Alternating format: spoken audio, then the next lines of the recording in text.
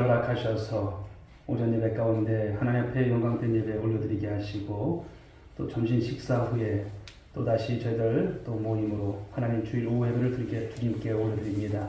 이 시간 성삼위 하나님 임재하셔서 함께 하시고 영광받아 주옵소서. 예배의 시종을 주님께 의탁하옵고 사랑하신 예수님의 이름으로 기도리옵나이다. 아멘. 찬송 545장 우리 찬송 드리시고 조남민 목사님 기도 인도하시겠습니다.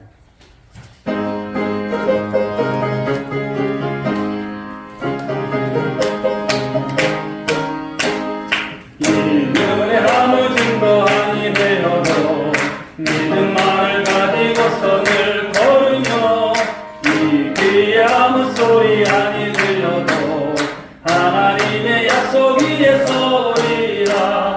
걸어가세 믿음 위에 서서 나가세 의심 버리고 걸어가세 믿음 위에 서서 눈과 귀에 아무 증거 없어도 이 눈이 보기에는 어떠한 자매 힘이 없는 증거대로 늘 믿으며 이 맘에 의심 없이 살아갈 때에 우리 소원 주 안에서 이루리.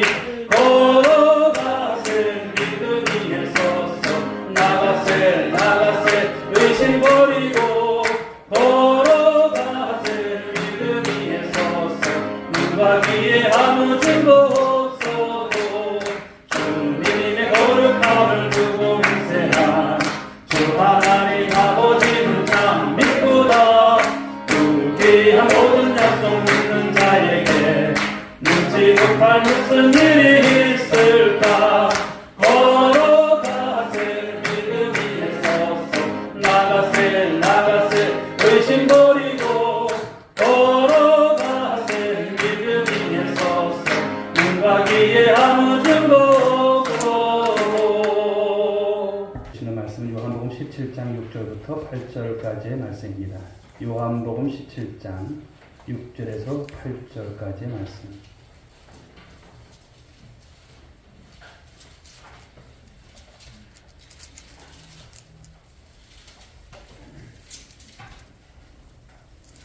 우리 찾으신 줄 알고 한 절 한 절 마지막 절 합독합니다. 세상 중에서 내게 주신 사람들에게 내가 아버지의 이름을 나타내었나이다. 그들은 아버지의 것이었는데 내게 주셨으며 그들은 아버지의 말씀을 지켰나이다.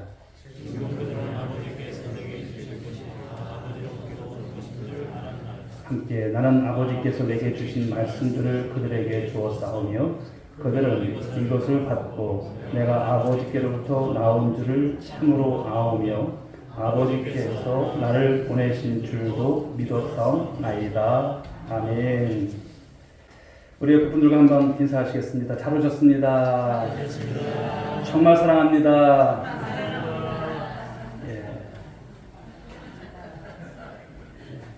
사랑하신다고 했으니까 믿으세요.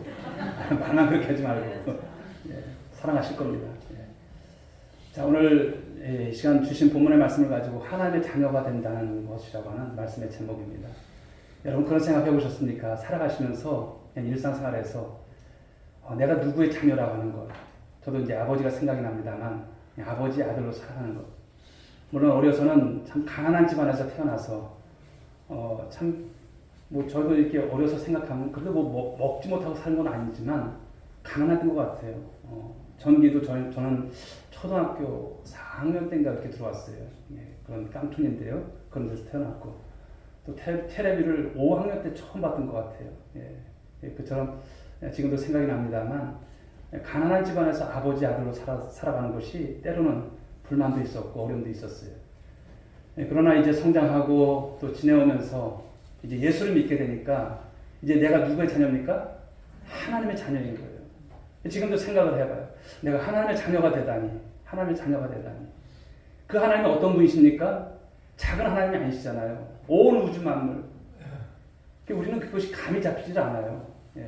그런데 그 모든 것을 다스리고 통치하시고 운행하시고 섭리하시는 그 하나님 앞에 우리가 자녀가 된다는 것.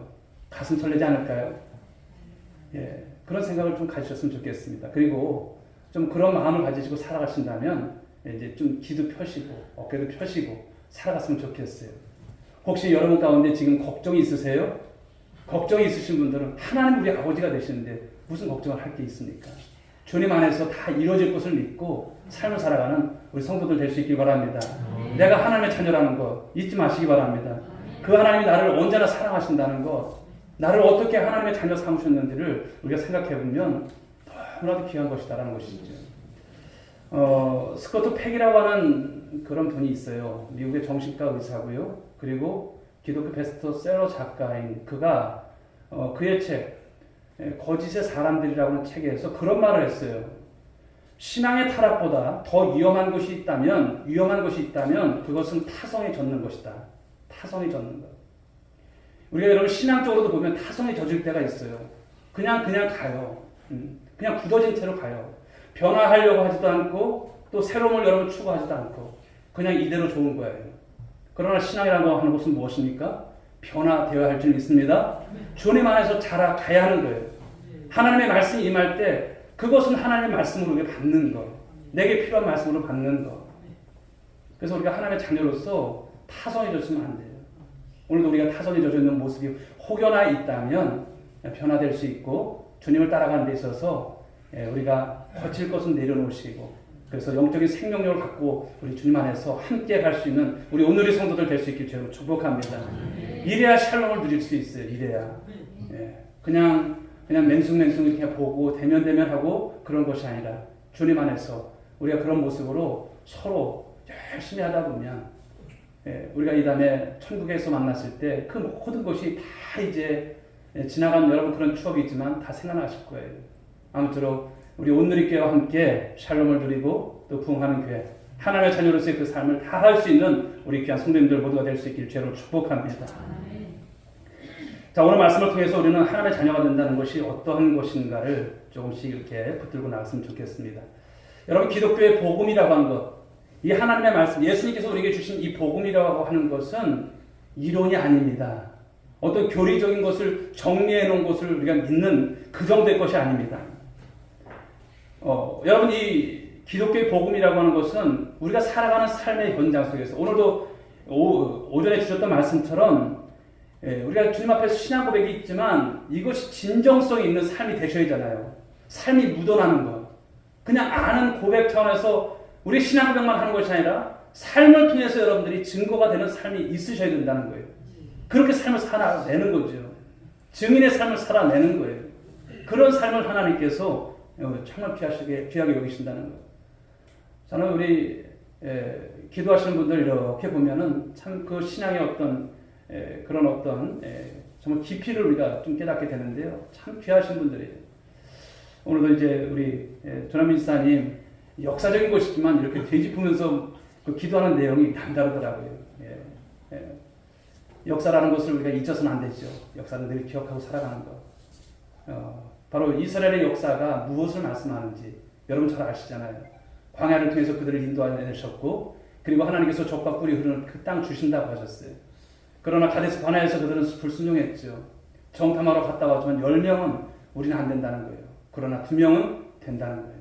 사랑하는 여러분, 언제나 우리가 신앙생활이라고 하는 것은 되는 쪽으로 볼 수 있길 바랍니다. 된다라고 여기십시오. 하나님께서 하시는 거예요. 그런 믿음이 되셔야 돼요. 신앙의 삶도 마찬가지입니다. 바로 삶의 현장에서 그 하나님의 말씀을 붙잡고 우리가 얼마나 씨름하는가, 얼마나 살아가려고 발버둥치는가. 세상에서도 여러분 사람들을 보면 어떻습니까? 나름대로 성공하려고 얼마나 길을 씁니까? 그 좁은 여러분 취업의 문을 들어가려고. 현대자동차인가요? 거기서 보니까 그 사람을 뽑는데 얼마나 많은 사람들이 지원을 하는지 몰라요. 젊은 사람들. 참 그런 것을 보면 참 우리나라가 어떻게 참 옛날 같지 않고 지금은 취업의 문이 점점 좁아지는 것 같아요. 참 어렵습니다. 나라 민족을 위해서, 위정자를 위해서 우리의 삶과 다 연관이 되어 있어요. 그런 가운데서 우리가 신앙을 가지고 신앙의 삶을 통해서 주님 앞에 기도하고 살아가는 것이 정말 필요한 것이죠. 그렇습니다. 우리는 하나님의 백성이고요. 하나님의 자녀로서 늘 고민되어야 될 것이 무엇일까요? 어떻게 살아가야 될까? 이번 한 주간 어떻게 살아가야 될까? 오늘 교회 오니까 이제 구역 예배를 드린다고 하네. 어떻게 살아가야 될까? 하나님께서 우리 교회를 사랑하시기 때문에 구역 예배를 또 이렇게 새롭게 또 시작하시게 하는구나. 좋은 쪽으로 생각하는 거예요. 항상 되는 쪽으로 생각하시는 거예요. 그래서 그런 모습 속에서 하나님의 은혜를 맛보는 우리 성도들 될 수 있길 바랍니다. 우리 말씀 한번 보실까요? 시편 34편 8절 말씀 읽어봅니다. 시작. 너희는 여호와의 선하심을 맛보알지어다. 그에게 피하는 자는 복이 있도다. 하나님의 은혜를 맛보는 성도가 되어야 돼요. 그냥 되면 그냥 무미건조하게 신앙생활하면 안 돼요. 하나님의 은혜가 얼마나 귀한가, 말씀이 얼마나 꿀송이처럼 단가, 이 경험되어져야 되는 거예요. 그러나 안 해보면 모르는 거예요. 신앙생활이라는 것은 안 해보면 몰라요. 전도도 그렇고요, 기도도 그렇고요, 어떤 것도 안 해보면 몰라요. 그러나 해보면 어려움은 분명히 있어요. 그러나 그 고생하다가 하나하나를 알아갈 때 신앙이 이제 변화가 와요. 변모가 와요. 그래서 신앙생활이라고 하는 것은 내 열심만 가지고 사서는 안 됩니다. 하나님께서 은혜를 베풀어 주셔야 됩니다. 기도하실 때마다 그렇게 기도하십시오. 하나님 은혜를 베풀어 달라고. 성령의 기름 부음의 역사가 있게 달라고. 바로 이런 것을 위해서 기도할 수 있길 바랍니다. 또 우리가 하나님의 자녀로 삶을 살아갈 때는 사도행전 1장 8절은 늘 부담 아닌 부담이죠. 그렇죠. 오직 성령이 너에게 임하시면 너희가 권능을 받고 예루살렘과 온 유대와 사마리아와 땅 끝까지 이르러 내 증인 되리라. 아멘. 그렇습니다. 증인의 삶을 살아가겠다고 하는 이 고백. 여러분 이것 또한 우리가 지켜나가야 될 삶인 것이죠. 이제 오늘 말씀으로 다시 돌아와서 보시면 오늘 예수님께서 이제 대제사장적 기도를 드리시는 내용 중에 하나가 오늘 6절부터 8절의 말씀은 누구를 위해서 기도하실까요? 3년의 공생애 동안 함께했던 제자들, 그들을 위해서 기도하는 내용이에요. 바꿔 말하면 예수 그리스도를 믿는 하나님의 자녀, 예수 그리스도를 구주로 고백한 하나님의 백성들, 성도들에게 바로 그 삶이 어떠한가를 오늘 말씀하신다는 거예요. 사랑하는 여러분, 하나님은 저와 여러분들을 자녀 삼으신 그 계획 속에 깊은 뜻이 있는 줄 믿으시기 바랍니다. 예수님을 이 땅에 보내주신 것이 그냥 일이 아닌 것이죠. 얼마나 귀한 일인지 몰라요. 아버지와 아들이 택한 성도들은 오늘 말씀을 통해서 보면 누굴까요? 그것은 영원부터 선택된 하나님의 자녀들이라는 것을 말씀합니다. 오늘 그래서 우리는 하나님의 자녀된 바로 모습 속에서 그 의미를 다시 한번 되찾으면서 하나님의 자녀로서 삶을 우리가 모쪼록 삶을 살아가는 우리 성도들 모두가 될 수 있기를 축복합니다. 두 가지의 말씀을 통해서 은혜를 받고자 해요.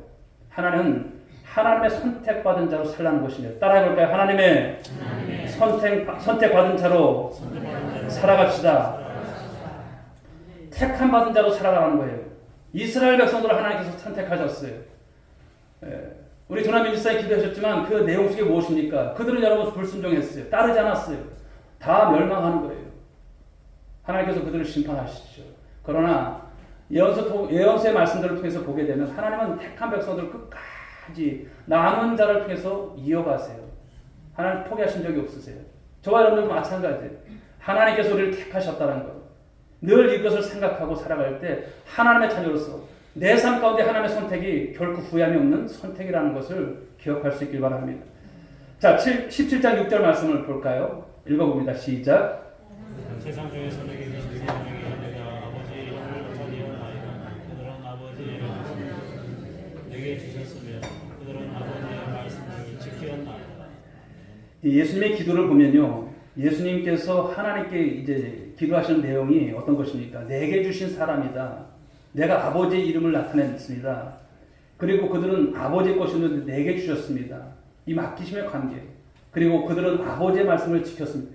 예수님의 사역을 여러분 예수님이 성실하게 행하셨음을 말씀하는 거예요. 참 이것을 보게 되면 예수님께서 이 땅에 오셔서 그 사역 하나하나를 보면 얼마나 여러분 우리 주님 앞에서 그 삶을 살아가셨고 기도하셨는가를 볼 수 있는 거예요. 이 모든 일들을 오늘 하나님께서 예수님께 맡기셨다는 것이죠.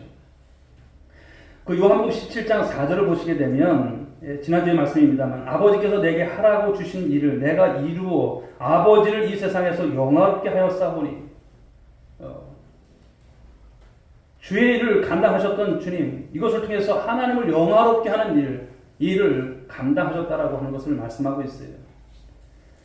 주님께서 바로 우리를 위해서 이 일을 다 하신 거예요. 그리고 그 일을 바로 이루셨던 것이죠. 그러므로 우리는 예수 그리스도로 말미암아 하나님의 자녀가 되었고 그 신분을 얻게 된 줄 믿으시기 바랍니다. 그러므로 우리가 하나님의 자녀가 되는 것은 스스로 선택함이 아니에요. 하나님의 무조건적인 선택인 줄 믿으시기 바랍니다. 무조건이에요. 예.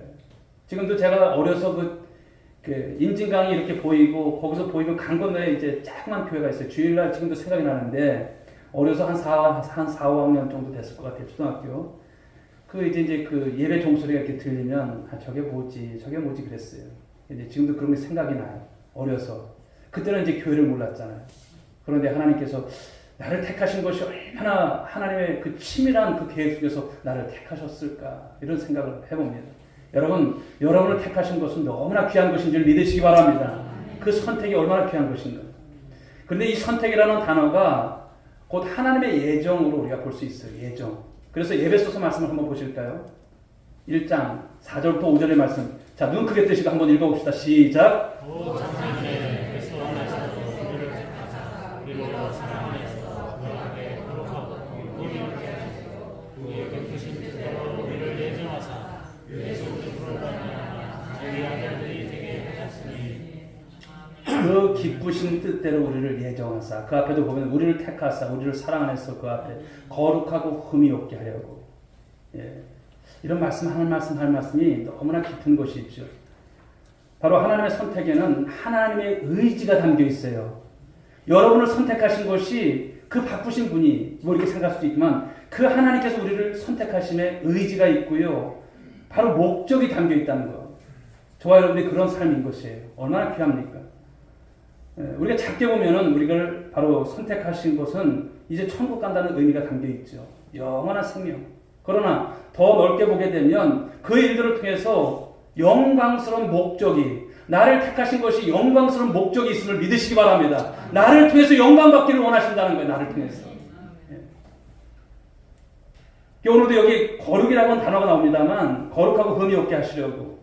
이것은 흠이 없다는 차원을 넘어서 하나님과 나와의 관계가 이제 정상화가 되었다라는 거예요. 샬롬이 되었다. 바로 이것입니다. 그 결과 우리가 하나님을 어떻게 부릅니까? 어떻게 불러요? 아버지. 거룩하신 아버지. 하나님 아버지.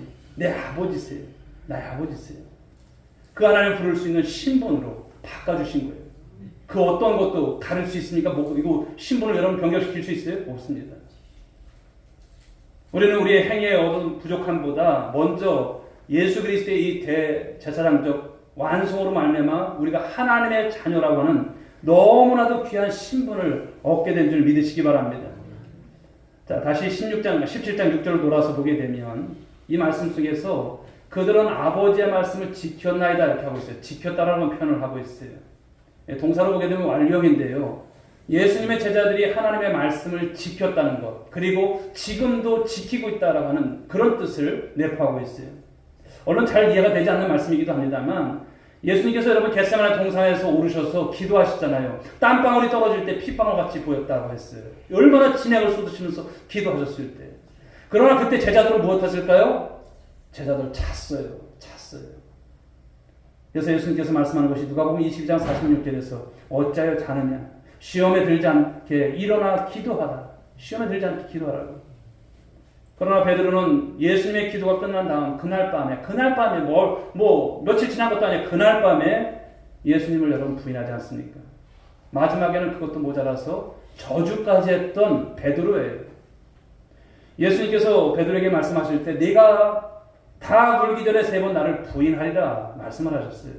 그럼에도 불구하고 오늘 여러분 27장 6절의 말씀을 보게 되면 그들은 아버지의 말씀을 지켰다라고 하고 있어요. 예수님의 기도 가운데 그런 것이 있어요. 자, 이것은 무엇을 말씀합니까? 예수님께서 제자들을 바라보는 시각입니다. 어떤 시각을 봅니까? 이거 분명히 이것들 다 부인하고 도망가고 이제 딴짓할 텐데 이것이 아니에요.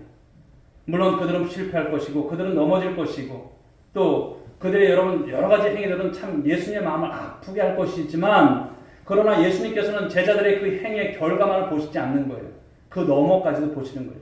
그들을 부르신 하나님의 계획과 뜻을 오늘 드러내고 계시다라는 거예요. 베드로는 사실 배신합니다. 또 그런 모습 속에서 삶을 살아가죠. 이것을 부인할 수는 없지만 그러나 하나님은 아들 예수 그리스도를 보내셔서 그의 백성을 삼으셨다는 거예요. 다시 말씀드리면 우리가 범죄하고 하나님을 떠났음에도 불구하고 하나님 우리를 찾아오셔서 하나님과 그리고 하나님의 자녀의 신분으로 정상화시키기 위해서 여기까지 오늘까지 우리를 붙들고 계신 것을 믿으시기 바랍니다. 나를 붙들고 가시는 거예요. 계속 이어가서 가시는 거예요. 언제까지? 세상 끝날까지. 바로 그 주님이 함께 하심을 믿으시기 바랍니다. 우리 구약의 아브라함을 볼 수 있는데요. 하나님께서 그를 부르시고 믿음의 조상으로 만드시죠. 자, 로마서 4장 3절 말씀을 한번 보실까요? 읽어봅니다. 시작. 성경이 이것을 말하느냐 아브라함이 하나님의 믿음이 이것이 그에게 이를 여기선가 되었느냐. 예. 이 말씀을 보게 되면 믿음이 원인이 되어서 하나님께서 아브라함을 의롭다 이렇게 칭해 주세요. 그러나 바울이 로마서 4장에서 이 믿음을 정의하고 이 하나님의 언약을 통해서 하시고자 하시는 말씀 더 자세한 것은 로마서 4장 18절인데 한번 읽어볼까요? 시작. 아브라함이 바랄 수 없는 중에 바라고 믿었으니 이는 네 후손이 이 같으리라 하신 말씀대로 많은 민족의 조상이 되게 하려 하심이라. 아멘. 아브라함 믿음이 점점 깊어지면서 어떤 믿음까지 되었습니까? 바랄 수 없는 중에도 바랐다는 거예요. 참 귀한 믿음이에요. 바로 이것이 약속인 줄 알고 이제 가는 것이지만 그러나 그렇게 바랄 수 없는 중에 바라게 하셨던 하나님, 그 하나님께서 그를 붙들고 계신 거예요. 그래서 그가 그 믿음 가운데 그 믿음으로 이와 같이 행해 나가는 것을 말씀한다는 것이죠. 그러나 우리는 하나님의 자녀된 것이 어떤 은혜로 하나님의 어떤 사랑으로 우리에게 쏟아 부으셨는지 사실 여러분 평소에는 잘 모르고 살아가요. 그냥 살아가죠. 그런데 이 진리를 깨닫지 못하면 우리 하나님의 은혜가 그리고 십자가가 때로는 여러분 아무런 의미가 없어요. 하나님께서 이스라엘 백성들에게 율법을 주시면서 이제 그들에게 요구하셨던 것이 어떤 것이냐면 레위기 11장 45절에서 이런 말씀을 하시죠. 내가 거룩하니 너희도 거룩하라. 하나님은 거룩하신 분이세요. 그리고 하나님 당신의 백성들은 거룩하기를 원하세요. 저와 여러분들이 거룩한 삶을 살기를 원하시는 것이죠. 그런데 율법을 주신 목적은 이스라엘 백성들을 힘들게 만들고 고통스럽게 하려고 하는 것일까요? 아닙니다. 하나님의 거룩한 백성으로 그들을 세우시고자 하시는 하나님의 뜻이죠. 바로 하나님의 영광의 자리로 그들을 부르신다는 거예요. 하나님의 자녀된 신분 그 영광을 그러나 모르게 되면 예수를 믿어서 그저 병이나 고치고 축복을 받는 것으로 우리가 그 신앙생활이 전부인 줄 알아요. 여러분 그것은 부차적인 것입니다. 우리가 오늘도 삶을 살아가지만 우리가 여러분 예수 그리스도로 우리가 구원받은 하나님의 자녀로 살아갈 때 우리를 통해서 하나님은 영광을 받기 원하신 줄 믿으시기 바랍니다. 우리 이 백성들을 지으시면 찬송케 하시려고 우리를 지으셨다고 하셨어요. 주님 앞에서 우리의 삶이라고 하는 것은 좀 어떻게 보면 좀 우리가 좁은 것으로만 보지 마시고 우리를 통해서 원하시는 것이 무엇인가 알아가는 것이죠. 고린도후서 5장 13절 14절 말씀을 한번 보겠습니다. 읽어봅니다. 시작. 우리가 만일 미쳐서 하나님을 위한 것이요 정신 온전한 너를 위한 것이 그리스도의 사랑이 우리를 강권하시는도다. 우리가 생각하건대 한 사람이 모든 사람을 대신하여 무엇이든 모든 사람이 죽을 것이라. 아멘. 하나님께서 저와 여러분들을 사랑하세요. 믿습니까? 사랑하셔서 그 아들을 우리에게 보내주시고 우리를 구원하시고 하나님의 자녀로 삼기로 한 그 사랑이 우리 신앙에 있어서 여러분 기독교 신앙에 있어서 존재 이유인 것을 말씀하는 거예요. 사도 바울은 하나님의 사랑 그것을 말씀할 때 강권한다고 했어요. 강권한다. 바로 그 사실 앞에 우리 자신을 복종시키는 것이죠. 두 손 두 발 다 들게 하시는 것입니다. 사랑하는 성도 여러분, 하나님께서 우리의 신분을 하나님의 자녀로 바꾸신 줄 믿으시기 바랍니다. 하나님께서 우리를 가장 고배롭고 존귀한 자로 지금도 바라보고 계세요. 너는 내 자녀다. 내가 책임진다. 말씀하시는 거예요. 때로는 우리가 연약함도 있고 실패함도 있어요. 그럼에도 불구하고 하나님의 사랑으로 우리를 붙들고 계시다는 것이죠. 그런데 왜 세상에서 우리가 고난과 시련과 환란이 참 많을까요? 이런 것 없으면 참 예수 믿을 것이 더 좋을 텐데, 더 잘 믿을 텐데 그런 생각을 가져요.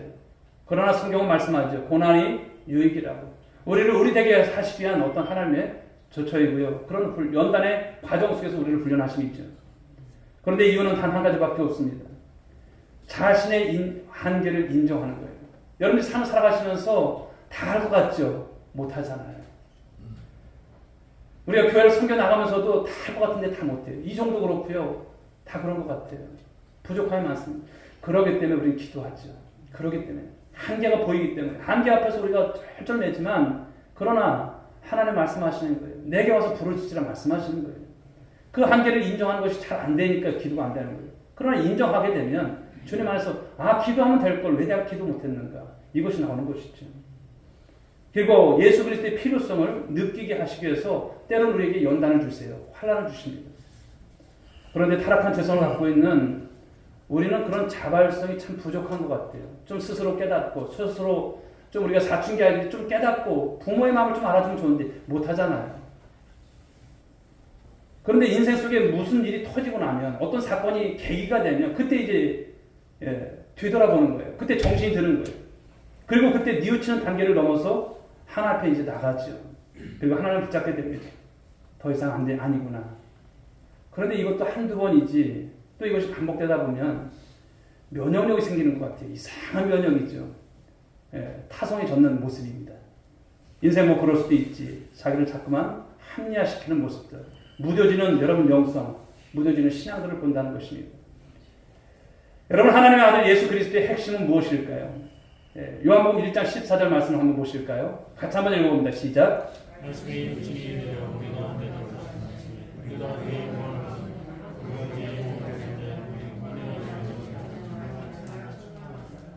은혜와 진리가 충만하더라. 여기 은혜와 진리라고 하는 것을 우리가 생산해낼 수 있는 것은 아닙니다. 하나님을 통해서만이 공급될 수 있는 것이죠. 오늘 우리는 여러분 두려움에 떨고 있는 노예적인 삶을 살아가는 것이 아니라 하나님의 사랑을 받고 있는 이 자녀의 관계로 저와 여러분들을 택하시고 부르신 줄 믿으시기 바랍니다. 그러므로 하나님의 은혜에 우리는 감사하는 것입니다. 하나님의 선택받은 자는 그러므로 감사함이 넘칠 수밖에 없어요. 골로새서 2장 6절부터 7절의 말씀을 한번 보겠습니다. 같이 한번 읽어봅니다. 시작. 그러므로 너희가 그리스도 예수를 주로 받았으니 그 안에서 행하되 그 안에 뿌리를 박으며 세움을 받아 교훈을 받은 대로 믿음에 굳게 서서 감사함을 넘치게 하라. 아멘. 바로 이러한 영적 태도를 우리가 갖게 되면요, 하나님의 선택된 자로 우리가 삶을 살아갈 수 있다는 것입니다. 바로 이것이 오늘 예수님께서 그들에게 있어서 오늘 여러분 그 당시에 그 모습만 보신 것이 아니라 그 너머까지도 너희들이 이런 삶을 살 것을 오늘 말씀하시고 계시다라는 것이죠. 그렇습니다. 어쨌든 저와 여러분들이 하나님의 자녀로 예수 그리스도의 제자로 또 여러 가지 우리가 이제 수식이 있지만 그런 삶을 살아갈 때 무엇보다도 중요한 것은 우리가 하나님께 택함을 받았다는 거예요. 그러므로 택함 받은 자의 삶을 다 할 수 있는 우리 오늘의 성도들 모두가 될 수 있기를 주님의 이름으로 축복합니다. 자, 두 번째는 이제 8절 말씀을 중심에서 나눌 텐데요. 그것은 하나님의 말씀을 받고 알고 믿는 자가 되라는 거예요. 말씀을 받았어요. 그러면 말씀을 알아야 되는 것이고요. 알아가는 단계 속에서 믿는 자의 삶을 살라는 거예요. 3년의 공생에 여러분 예수님께서 선택한 이 제자들 함께 이제 지내면서 그들과 함께 했던 삶을 그들이 살아갔습니다. 말씀을 배웠습니다. 그리고 자신이 십자가를 지시고 부활 승천하신 이후에 바로 제자들을 통해서 하나님 나라의 복음이 이제 전해지는 거예요. 땅끝까지 전해지는 거예요. 그것을 위해서 예수님 열심히 준비하신 것이 있죠. 그냥 여러분 예수님께서 이론적인 예수님이 아니시잖아요. 그냥 그들과 함께 하면서 3년 동안 함께 하셨어요. 공생애죠. 물론 예수님께서 십자가를 지실 때 예수님의 제자들은 예수님 다 부인하고 다 도망쳤어요. 한 사람도 한 제자도 남지 않았어요. 그것을 모르실까요? 다 아셔요. 그러나 주님께서는 오늘 어떻게 기도하시는가를 보십시오.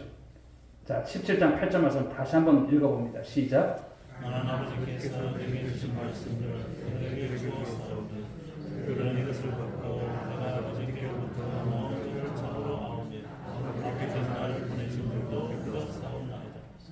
오늘 제자들을 위한 예수님의 이 기도 속에 중요한 3개의 동사가 나옵니다. 그들은 이것을 받고 받았다는 거예요. 그리고 아버지께로부터 내가 나온 줄을 참으로 아오며 안다는 거예요. 그리고 나를 보내신 아버지께서 나를 보내신 줄도 믿었나이다. 이렇게 하는 믿었사옵나이다. 이 3개를 함축하고 있어요. 예수님의 이 기도 속에서는 바로 하나님께 받은 그 말씀들을 예수님께 주었는데 그들이 말씀을 받고 그들이 말씀을 이제 알고 이제 그들이 말씀을 통해서 이제 믿었다라고 하는 것을 오늘 표현하고 있습니다. 사랑하는 여러분, 우리가 예수 그리스도에 대한 아는 것과 믿는 것, 잘 들으세요. 아는 것과 믿는 것, 지식과 믿음이 분리돼서는 안 돼요. 분리가 되면 안 됩니다. 아는 것과 믿는 것이 다 필요한 거예요. 그리고 지식과 믿음이 다 필요한 거예요. 그러니까 우리가 하나님에 대해서 열심히 알아가셔야 돼요. 그리고 그 믿음대로 삶을 살아내는 것이죠. 이것이 필요한 것입니다. 자, 요한복음 17장 3절 말씀을 한번 보실까요? 읽어봅니다. 시작. 영생은 곧 유일하신 참 하나님과 그가 보내신 자 예수 그리스도를 아는 것입니다. 그렇습니다.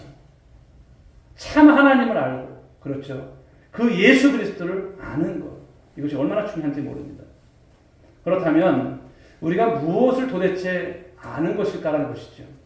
그것은 하나님께만 진리와 영광이 있고 그 일을 우리에게 허락하시고 우리를 너무나 사랑하셔서 예수 그리스도를 이 땅에 보내주셨기 때문에 우리의 삶 가운데 어떤 시련과 고난 또 그런 환난 속에서도 우리 하나님께서 우리를 구원하실 것을 아는 것, 세상 끝날까지 내가 너희와 함께 하리라, 이것을 아는 것, 그 아는 것을 가지고 살아가는 것, 이 삶이 되어야 되는 것입니다. 여러분 그렇게 살 수 있는 여러분 모두가 될 수 있길 바랍니다. 이것이 신앙이에요. 이것이 믿음인 거예요. 때로는 우리는 여러분 실패할 수 있어요. 때로는 우리는 좌절할 수 있고요. 그리고 그런 가운데서 낭만 가운데 빠질 수 있어요. 그러나 완전히 무너지지는 않을 것입니다. 왜? 하나님께서 붙들고 우리를 계시기 때문이죠.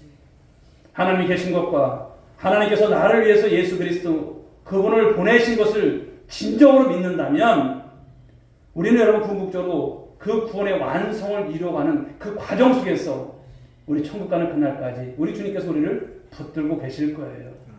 금년에도 여러분 그런 믿음으로 여러분 점점 더 나아지는 우리 신앙들이 될 수 있길 바랍니다. 사실 우리는 하나님 앞에서 사실 부족한 것밖에 없어요. 오전에 드렸던 말씀처럼 그래요. 어떤 권사님이 그렇잖아요. 이제 오늘이라도 하나님께서 나를 부르신다면 하나님 앞에 설 수 있는 여러분 믿음, 누군가 우리에게 질문을 한다면 자신 있게 여러분 아멘 할 수 있는 것이 맨 처음에 참 이거 안 돼요. 근데 이제 신방을 다니거나 이렇게 보면 제가 뭘 할 게 있어야 할지요. 이래요. 그런 생각하지 마시라고. 우리는 예수님 때문에 후원받은 하나님의 자녀라고. 그러니까 그 믿음을 자꾸만 확인시키는 거예요. 연로하신 분들 우리 가족 중에도 있으면 그것을 자꾸만 고백시키셔야 돼요. 우리가 무엇을 잘해서 천국 가는 것도 아니지 않습니까? 예수님을 확실하게 믿으면 그 믿음 때문에 우리가 천국에 가는 줄 믿으시기 바랍니다. 그렇습니다. 우리 주님 앞에서 신앙생활 할 때도 참 우리가 쉽게 넘어지고 쉽게 결심한 것을 우리가 번번이 어기는 연약한 인생들이라는 것을 저도 그렇고 여러분들도 고백할 수밖에 없지 않습니까? 그러나 하나님께서 나를 위해서 독생자 예수 그리스도를 보내주셨고요. 내가 믿는 것이 아니라 믿어질 수 있도록 오늘도 하나님께서 우리를 은혜 가운데 붙들어 주시고 이끌어 가신 것을 믿으시기 바랍니다. 그 사랑의 무게와 그 깊이와 넓이와 그 은혜의 풍성함을 알고 믿어지도록 오늘도 그래서 우리가 여러분 이 오후 예배 가운데 예배를 드리면서 말씀을 받는 거예요. 저와 여러분 힘으로서는 우리가 살아온 여러분 경험으로서는 예수는 잘 못 믿어요. 그러므로 예배에 승리하시고요. 말씀에 승리하셔야 돼요. 자꾸만 예배가 회복되셔야 돼요. 그럼 한 말씀이라도 더 받는 거예요. 그 말씀 가운데 살아가려고 부단히 노력하는 거예요. 그렇습니다. 우리는 바로 이러한 모습 속에서 삶을 살아가야죠. 예수님의 친동생이었던 여러분 야고보 사도가 야고보서 2장 19절에서 이렇게 말씀을 기록하고 있죠. 볼까요? 읽어봅니다. 시작. 내가 하나님은 한 분이신 줄을 믿느냐? 잘하는도다. 귀신들도 믿고 떠느니라. 자, 보시면 귀신들도요 하나님의 존재를 인정해요. 그런데 귀신이 하나님을 믿습니까? 안 믿는 거예요. 하나님의 말씀을 듣고 하나님을 알고 믿는다고 하는 것은 그분을 신뢰하는 거예요. 여러분들이 하나님을 전적으로 신뢰할 수 있길 바랍니다. 사랑할 수 있길 바랍니다. 바로 따라가는 여러분 의미를 갖고 있는 거예요. 그래서 믿음이라고 하는 것은요 명사가 아니라 동사입니다. 움직여요. 자신을 구원하신 하나님만을 신뢰하고 의지하고 그 순종의 삶을 살아가게 될 때 우리는 하나님과 친밀한 관계, 그 관계를 경험하게 된다는 것입니다. 예. 영어로 여러분 프리너비라고 하는 것이 있어요. 프리너. 좀 들어보십시오. 프리너비 무엇이냐면 혼전 계약서라는 거예요. 혼전 계약서. 결혼 전에 계약을 맺는 거예요. 그런데 미국이나 유럽 등에서는 이것이 일반화되었다고 하죠. 결혼을 앞둔 이들이 이제 결혼을 하게 되면 이런저런 일로 인해서 이혼하게 될 경우를 미리 대비해서 재산 분할을 어떻게 할지를 미리 정하는 부부 쌍방 그런 계약서라고 합니다. 우리나라 문화에서는 사실 이런 것이 없습니다만 그러나 그들은 이런 미리 대책을 세우는 이런 이제 문화가 이제 자연스럽다 보니까 이 프리너브를 이렇게 한다고 합니다. 왜냐하면 부부가 함께 결혼을 약속하지만 믿지 못할 구석이 또 이렇게 새롭게 생기기 때문인 것이죠. 그래서 혼전 계약서를 작성한다고 합니다. 그런데 이것을 생각해보면서 그런 생각을 했어요. 우리가 하나님이 살아계시다는 것을 믿지 못하고 반신반의한다고 하는 것은 마치 우리가 하나님을 절대적으로 믿는 것이 아니라 이제 믿다가도 실족하게 되고 잘못될 것을 생각하고 이 프리너브를 요구하는 그런 모습은 아닌가 그런 생각이 들어요. 어떨까요? 우리가 하나님과 우리의 관계는 어떤 관계냐면 언약 관계인 줄 믿으시기 바랍니다. 예수 그리스도로 말미암은 언약 관계예요. 영적으로 보게 되면 혼인 관계예요. 우리의 영원하신 신랑이 누구세요? 예수 그리스도. 그렇죠. 우리 그런 관계입니다. 이런 삶인 거예요. 그런데 생각을 해보시면 우리가 예수님을 믿는데 99.9%를 믿어요. 0.1%가 부족해요. 그러면 이것은 참 믿는 것이 아닙니다. 우리는 100% 우리 주님을 신뢰하고 그 믿음 가운데 삶을 살아가는 저와 여러분들이 될 줄 믿습니다. 기독교 복음이라고 하는 것은 여러분 산에 들어가서 돌을 깨우치는 종교가 결코 아닙니다. 어느 날 기도하고 나오시던 빌리 그레엄 목사님께 어떤 성도가 딴지를 걸었어요. 그리고 이렇게 질문을 했어요. 목사님, 하나님이 계신 줄 어떻게 증명할 수 있으세요? 이런 거예요. 그런데 이 빌리 그레엄 목사님은 전혀 놀라는 기색이 없어요. 그러면서 말씀하신 게 어떤 거냐면 증명하다니요. 저는 지금 막 그분을 만나고 나왔는데요. 바로 이것이죠. 사랑하는 여러분, 우리가 주님 안에서 삶을 살아가는 것. 우리 주님을 우리가 육안으로는 볼지 못하지만 말씀으로 만났고 우리의 신앙을 통해서 계속 말씀하시는 주의 음성을 듣고 우리 주님 만남 가운데 삶을 살아가는 저와 여러분들의 인생 아닐까요? 이번 한 주간도 그런 삶이 될 수 있길 주로 축복합니다. 사랑하는 성도 여러분, 하나님이 존재한다는 것을 어떻게 증명할 수 있어요? 과학적으로요? 어떻게 설명할 수 있어요? 그러나 우리는 하나님께 선택받은 자들이지만 아직 하나님 나라가 완성되지 않았기 때문에 때로는 우리의 삶에 고난이 있어요. 시련이 있어요. 때로는 넘어질 수 있어요. 어려움이 있습니다. 그런 가운데서 눈물이 있고 시련이 있고 아픔과 고통이 있습니다. 어떨 때는 그래요. 내가 예수 믿는 것이 참 부질없다는 생각도 어떨 때 그렇게 막 그런 것이 들어와요.